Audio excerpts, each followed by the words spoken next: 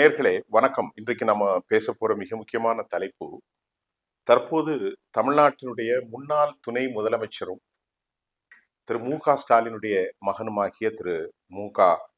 அதாவது உதயநிதி, முத்துவேல் கருணாநிதியினுடைய பேரன் உதயநிதி ஸ்டாலின் கைது செய்யப்பட்டிருக்கிறார். அவர் வீட்டில் காலையில நாம புறப்படும் போது ஏராளமான போலீசார் சுற்றி வளைத்தார்கள். காரணம் என்ன என்பதிலும் அதில் நியாயமான விஷயங்கள் இருக்கிறதா என்பதை குறித்து நாம் ஒரு அலசலுக்காக இந்த தலைப்பை எடுத்திருக்கிறோம். காவேரி தண்ணீர் வருவதற்கான ஒரு போராட்டத்தை முன்னாள் மாநிலத்தினுடைய துணை முதலமைச்சரும் வருங்கால திராவிட முன்னேற்ற கழகத்தினுடைய ஒரு அகில இந்திய தலைவராகவும் தமிழக தலைவராகவும் திமுகவால் முதலமைச்சர் வேட்பாளராகவும் அடையாளப்படுத்தப்படுபவர் தான் இந்த உதயநிதி ஸ்டாலின், 47 வயது. ஆனால் அவருடைய வார்த்தைகள் கொச்சையாக, மிக இழிவாக, மிக அவமானகரமாக, அதாவது சொல்வதற்கே கூச்சம் ஏற்படுத்துகிற ஒரு சொலவாடலை அவர் பயன்படுத்தியது உண்மையிலேயே அவருக்கும் அவர் சார்ந்த கழகத்திற்கும் அதை தாண்டி ஒட்டுமொத்த தமிழினத்திற்கும் இது ஏற்புடையதுதானா என்ற கேள்வி நமக்கு எழுகிறது. நல்லா கவனித்துக் கொள்ளுங்கள். காவேரியில் தண்ணி வருவதை குறித்து அவர் பேசுகிறார். கடமடை வரைக்கும் தண்ணீர் வர வேண்டும், அதையெல்லாம் அவர் பேசிக் கொண்டிருக்கிறார். விவசாயிகளுடைய போராட்டத்தில் அவருடைய பல விஷயங்களை அவர் பேசுகிறார். நியாயமான விவகாரம்தான். இன்றைய தமிழக முதல்வர் திரு ஜோசப் சி விஜய் அவர்கள் காவேரியில் இதை குறித்து அவருக்கு எந்த கவலையும் இல்லை, எந்த அக்கறையும் இல்லை. மாறாக திராவிட முன்னேற்ற கழகத்தினுடைய செயல்பாட்டாளர்களின் மீது பொய் வழக்கு போடுவது ஒன்றே அவர் தனது நோக்கமாக கொண்டிருக்கிறார். இப்படித்தான் அவர் பேசுகிறார். அதுவும் தவறில்லை. சொல்லிவிட்டு தான் கொச்சையாக, அருவருக்கத்தக்க, கேவலமான, இழிவான ஒரு வார்த்தையை அவர் பயன்படுத்துகிறார்.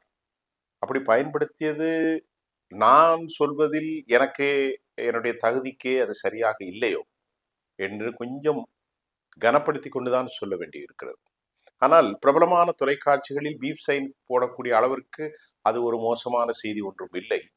அவர் என்ன சொல்கிறார்? காவேரியில் தண்ணி வருகிறதோ வரவில்லையோ அவருக்கு அங்கே அது வர வேண்டும் என்று சொல்கிறார். எவ்வளவு ஒரு கேவலமான வார்த்தைகள் பாருங்கள், எவ்வளவு ஒரு அசிங்கமான வார்த்தை பாருங்கள். காவேரியில் தண்ணீர் வருகிறதோ வரவில்லையோ அவருக்கு அங்கே வர வேண்டும் என்று அவருடைய சொந்த வாழ்க்கையை குறித்தும் பிரபலமான தமிழ் திரைப்பட நடிகை ஒருவரை அவர் மேற்கோள் காட்டித்தான் இந்த வார்த்தை அவர் சொல்கிறார் என்றும் இன்று ஊடகங்களிலே தலைப்புச் செய்திகளாகவே போட்டிருக்கிறார்கள். அண்மை காலமாக நாம் ஓப்பனாக சொல்ல போனால் நடிகை திரிஷா அவர்களுக்கும் அவருக்குமான அந்த தொடர்புகளை வலைதளங்களில் பெரிதாக்கப்படுகின்றது. அதில் உண்மை பொய் என்பதெல்லாம் நமக்கு தேவையில்லாத விவகாரம். மக்களால் தேர்ந்தெடுக்கப்பட்ட ஒரு மக்கள் தலைவன் தனது ஆட்சியில் கவனம் செலுத்த வேண்டும் என்பதில் அவருக்கு அதிக கூடுதல் பொறுப்புகள் இருக்கிறது. பொதுக்களத்தில் இந்த மண்ணின் மனம் சார்ந்து ஒரு கலாச்சார பெருமையோடு நாம் எப்படி நடந்து கொள்ள வேண்டும், நமக்கான ஒரு பெரிய வயதிலே 25 வயதுக்கு மேற்பட்ட ஒரு பையன் இருக்கிறார். அவர் கூட தன்னுடைய தந்தை குறித்து ஜேசன் விஜய் அவர்கள் கூட ரொம்ப புகழாரம் சூட்டியிருந்தார். ஒரு பெரிய பெண்ணும் இருக்கிறார்கள், அவர்களும் கூட ஒரு முதலமைச்சர் ஐயா அவர்களுடைய பெண் பிள்ளையும் ஒரு பெரிய பெண்ணு. அவருடைய மனைவிக்கும் அவர்களுக்கும் சில கருத்து வேறுபாடுகள் சென்று கொண்டிருக்கிறது. அது நாளை இணையலாம், அது வேறு விவகாரம்.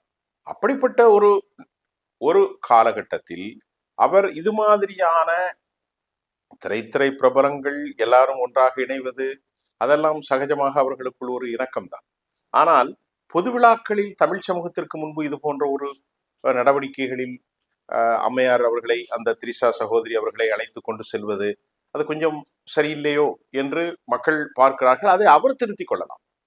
நான் இங்கே சொல்வது, அதற்கும் உதயநிதி ஸ்டாலின் இவ்வளவு கொச்சையாக பொதுக்களத்தில் காவிரியில் தண்ணீர் வருகிறதோ இல்லையோ அவருக்கு அங்கே அது வர வேண்டும் டேஸ் என்று சொல்வது மிகுந்த மனவலியையும் ஒரு கேவலத்தையும் ஒரு இழிவையும் தந்திருக்கிறது.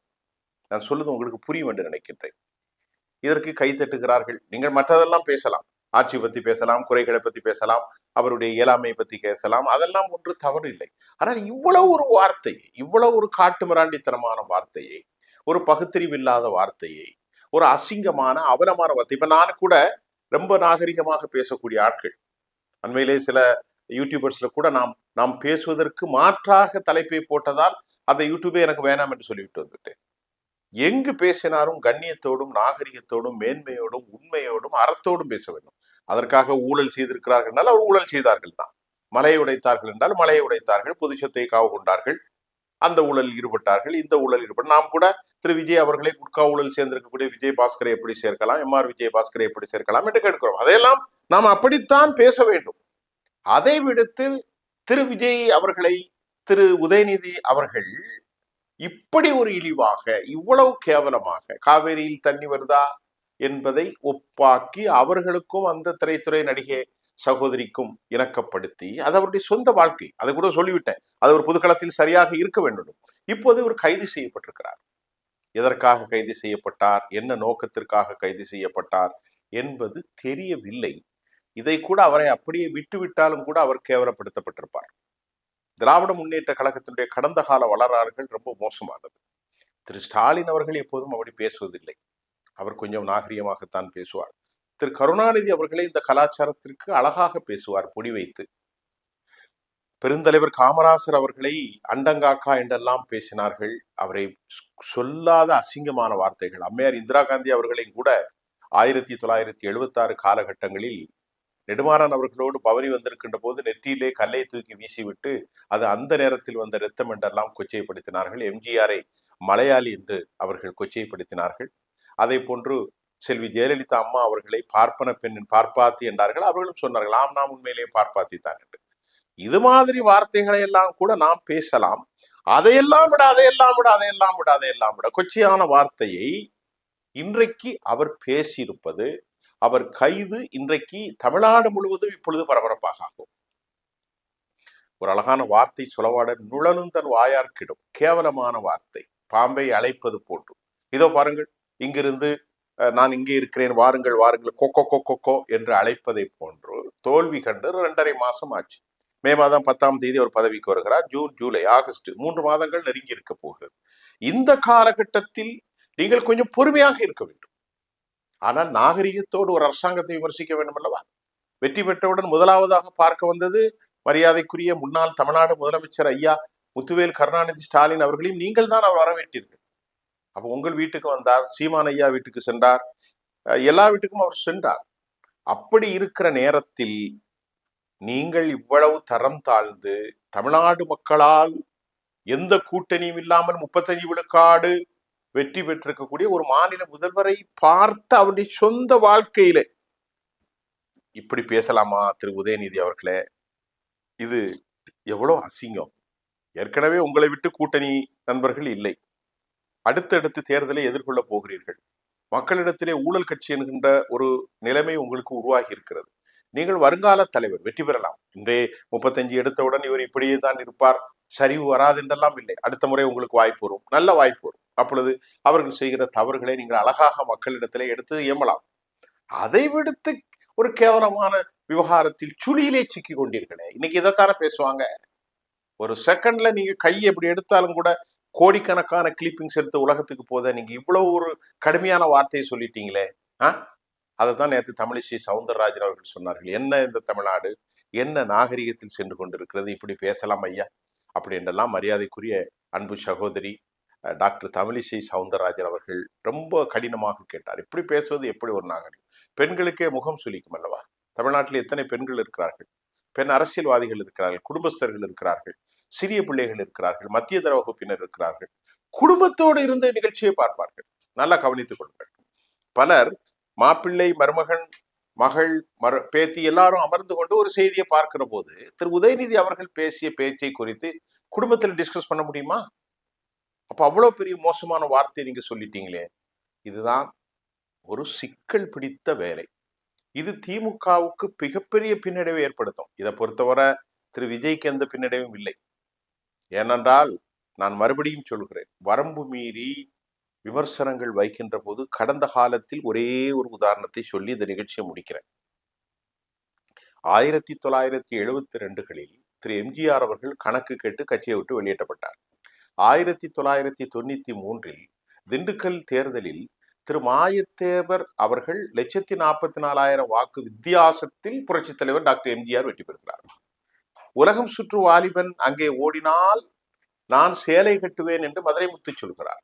1976 1977 மகத்தான வெற்றி பெற்றார். அப்போது எம்ஜிஆர் சொன்னார், இவன் ஒரு மலையாளி என்றார். யாரை பார்த்து?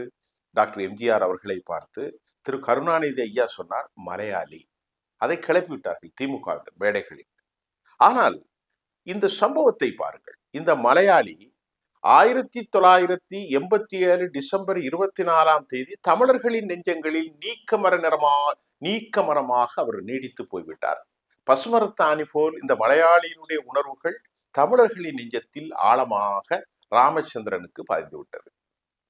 இது திமுகவுக்கு பெரிய அசிங்கம் அல்லவா? மதுரை நெடுமாறன் அவர்கள் கூட பாதுகாத்த அன்னை இந்திரா வருகின்ற போது நெற்றி பொட்டில் கல்லெடுத்து வைத்த திராவிட முன்னேற்ற கழகம் மாதவிடாய் காலத்தில் வந்த ஒரு ஒரு ஒரு விதவைக்கு சொல்லுகலாமே, எவ்வளவு அசிங்கம்! கருப்பு தோல், யானை தோல் என்றெல்லாம் பெருந்தலைவர் காமராசர் அவர்களை அண்டங்காக்கா என்றெல்லாம் விமர்சித்தது வரலாறு. சட்டமன்றத்திலே நாடாவை பாவாடை என்றெல்லாம் பேசிய வரலாறு திமுகவுக்கு உண்டு. அதற்கு போல் செல்வி ஜெயலலிதா அவர்களை பார்ப்பன பெண் பாப்பாத்தி என்றார்கள். அம்மையார் சொன்னார், ஆம் நான் பாப்பாத்தி தான். அதுக்கு என்னையா பண்ண போறேன்? எம்ஜிஆர் அவர்கள் மலையாளி என்றாலும் தமிழ் மக்கள் 87 டிசம்பர் 24 நள்ளிரவு வரைக்கும் அவர்தான் ஆட்சியில் இருந்தார். 12 மணிக்குத்தான் அவருடைய மரண செய்தி அறிவிக்கப்பட்டது.